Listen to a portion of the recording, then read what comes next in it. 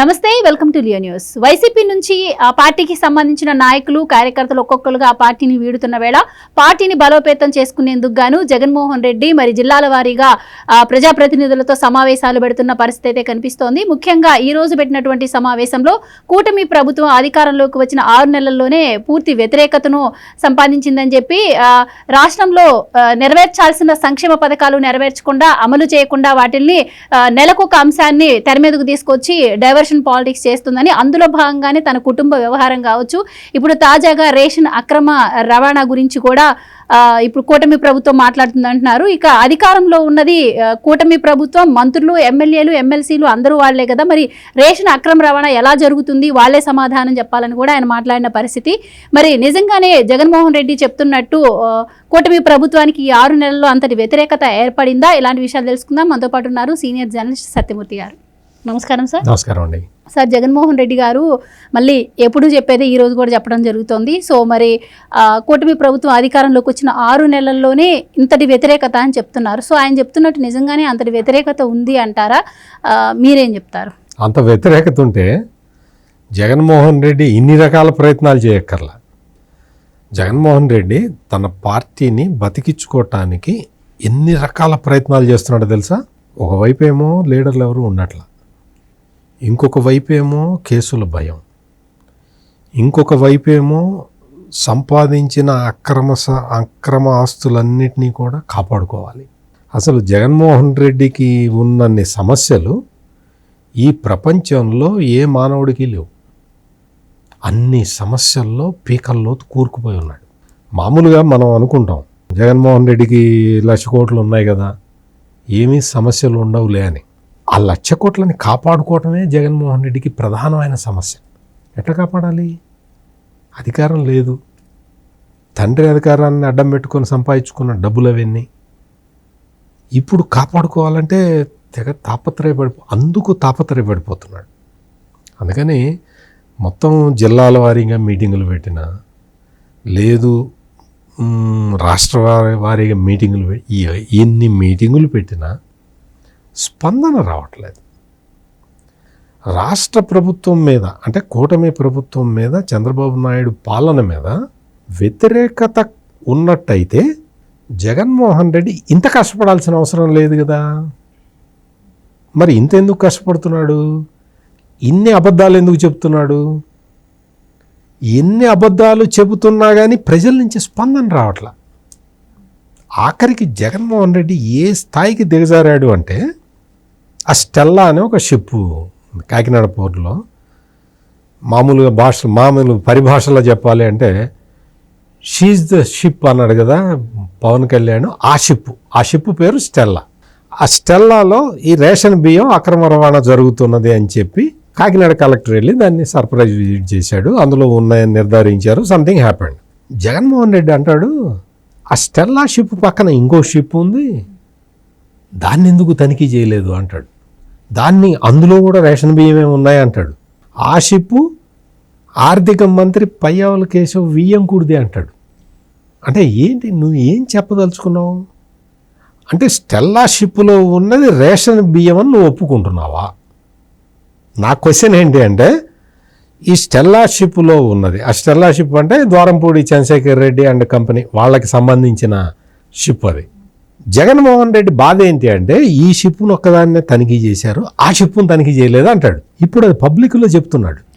అసలు ఇంకొక దారుణమైన ఒక కన్ఫెషన్ ఏంటి అంటే, జగన్మోహన్ రెడ్డి ఏం ఆలోచిస్తాడు, బుర్రలో ఏం ఆలోచించుకుంటాడో, పైకి ఏం మాట్లాడతాడో తెలియదు. అసలు బియ్యం అక్కడి నుంచి కాకినాడ పోర్టు మీద ప్రధానంగా ఉన్న ఆరోపణ ఏంటి? రేషన్ బియ్యం, రాష్ట్ర వ్యాప్తంగా వచ్చిన రేషన్ బియ్యాన్ని కలెక్ట్ చేసి అక్కడి నుంచి ఎక్స్పోర్ట్ చేస్తున్నారనేది ప్రధాన ఉద్దేశం కదా. కాకినాడ పోర్టు నుంచి బియ్యం ఎక్స్పోర్ట్ చేయటం తప్పేంటి అంటాడు. అంటే పరోక్షంగా రేషన్ బియ్యం ఎక్స్పోర్ట్ చేయటాన్ని సమర్థిస్తున్నాడు జగన్మోహన్ రెడ్డి. తెలిసి మాట్లాడుతున్నాడా, తెలియక మాట్లాడుతున్నాడా? అసలు అతని ఉద్దేశం ఏంటి? బుర్రలో ఏం తిరుగుతున్నది? అంటే నీ ద్వారంపూడి చంద్రశేఖర్ రెడ్డిని కాపాడుకోవటానికి ద్వారంపూడి చంద్రశేఖర్ రెడ్డిని, వాళ్ళ తమ్ముడిని, వాళ్ళ అన్నని, వాళ్ళ నాన్నని, వీళ్ళందరినీ అందరూ బిజినెస్లోనే, ఈ బియ్యం వ్యాపారంలోనే ఉంటారు. ఈ ద్వారంపూడి కుటుంబాన్ని కాపాడటానికి విధాల ప్రయత్నం చేస్తున్నాడు జగన్మోహన్ రెడ్డి. అంటే మరి ఆ రేషన్ బియ్యం అక్రమ రవాణా వ్యాపారంలో ఈయనకు కూడా వాటా ఉందా? ఇది కదా ఇప్పుడు ప్రజలందరూ ఆలోచిస్తున్న పాయింట్. అది ఒక 10 మందిని కూర్చోబెట్టుకోవడం ఎదురుగా తన ఇష్టం వచ్చింది చెప్పటం. కూటమి ప్రభుత్వం మీద అంత వ్యతిరేకత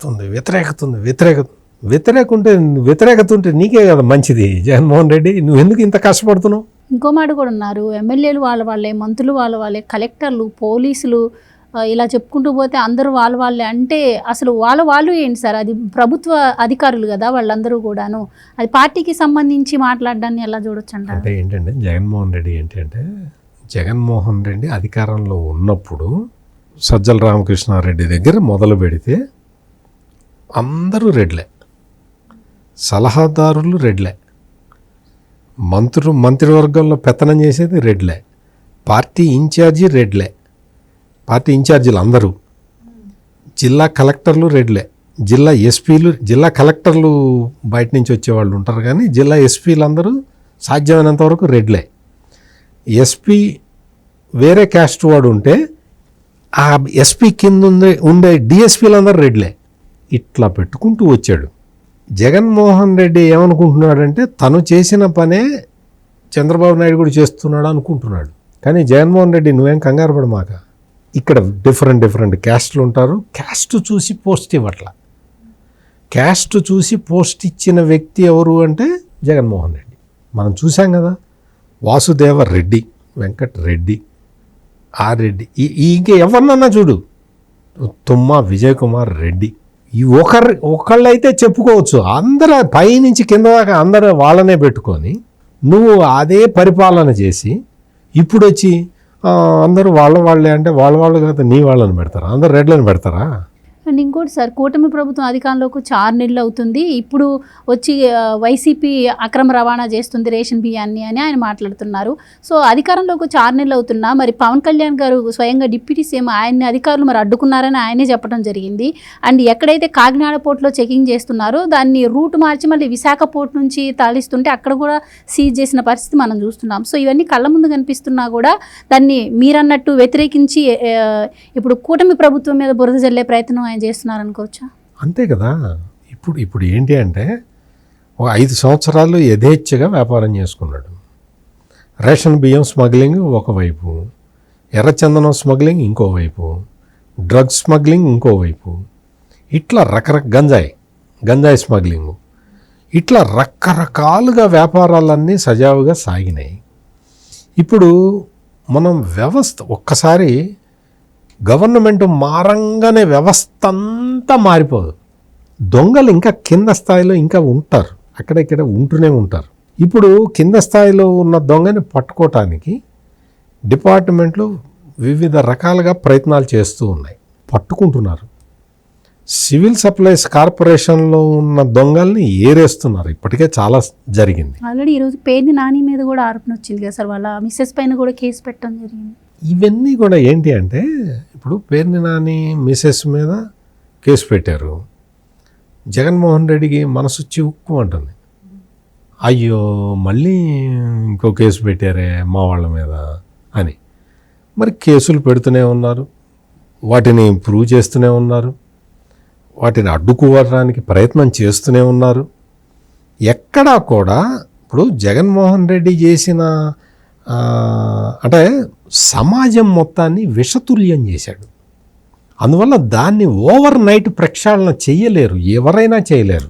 అప్పటికీ ఏంటి అంటే ఈ ప్రభుత్వం మామూలుగా కక్ష సాధించే ప్రభుత్వం అనుకో, జగన్మోహన్ రెడ్డి లాగా ఫ్రాక్షన్ మెంటాలిటీ ఉన్న ముఖ్యమంత్రి అయినట్టయితే ఈ పాటికి అందరినీ రోజుకి 10 మంది చొప్పున అందరినీ జైల్లో పడేసేవాడు, కావాలంటే కొత్త జైలు కూడా కట్టించేవాడు. ఇది అట్లా కాదు కదా. ఇదంతా democratically elected government.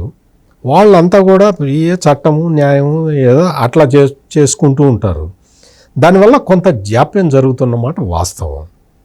Jaganmohan Reddy ఏంటి అంటే అతని దగ్గర ఫ్రాక్షన్ మెంటాలిటీ ఒక్కటే ఉంది కాబట్టి వేరే విషయాలు సమాజం నా గురించి ఏమనుకుంటున్నది అని ఆలోచించాడు కాబట్టి అట్లా ఆలోచించేవాడైతే ఇన్ని అన్యాయాలు ఎట్ట చేస్తాడు. సమాజం ఏమనుకున్నా పర్వాలేదు, నాకు క్యాష్ ఫ్లో ఆగకుండా రావాలి అని ఆలోచించాడు కాబట్టి వెరైటీస్ దగ్గర నుంచి రేషన్ బియ్యం వరకు అన్నీ అమ్ముకున్నాడు. ఇప్పుడు ఆ బిజినెస్లన్నీ బంద్ కావడంతో ఒక్కొక్కళ్ళ మీద ఇప్పుడు పేరునైన వైఫ్ మీద కేసు పడ్డది. ఇట్లా ఒక్కొక్కళ్ళ మీద కేసు పట్టడంతో అతనికి ఏం చేయాలో అర్థం కాక ఇంకోవైపు ఏమో పార్టీ మొత్తం అంతా పార్టీ అంతా డొల్లా. నీకు అసలు పార్టీ స్ట్రక్చర్ ఎక్కడుంది? ఓ 10 మంది గూండాలు రౌడీలు ఉండటం తప్ప ఆ పార్టీకి స్ట్రక్చర్ లేదు. ఆ పార్టీకి స్ట్రక్చర్ లేకపోవటం వల్ల పైన ఒక 4 కామందులను పెడతాడు, ఆ కామందులతో నడిపిస్తాడు. నిన్న మొన్నటి వరకు బాగా డబ్బులు ఉన్నాయి, అంటే ఇప్పుడు లేవని కాదు, ఇప్పుడు ఇంకా అంతకన్నా ఎక్కువ ఉన్నాయి. ఆ డబ్బులు వెదజల్లి నడిపించాడు పార్టీ వ్యవస్థని. ఇప్పుడు అధికారం కోల్పోయింది లేదు కాబట్టి ఉన్న డబ్బుల్ని జాగ్రత్తగా వాడుకుంటూ ఇప్పుడు మీరు గమనించండి, జాగ్రత్తగా గమనించండి, సోషల్ మీడియా మీద ఎక్కువ ఖర్చు పెడుతున్నాడు జగన్మోహన్ రెడ్డి.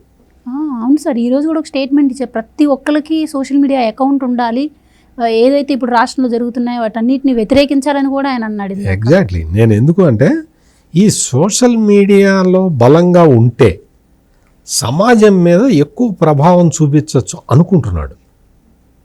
జగన్మోహన్ రెడ్డికి తెలియని విషయం ఏంటి అంటే నువ్వు సోషల్ మీడియాలో ఎంత ప్రచారం చేసినా కానీ, సోషల్ మీడియాలో నువ్వు ఎంతన్నా ప్రచారం చేయి, నిన్ను నమ్మే పరిస్థితుల్లో జనం లేరు. ఎందుకు?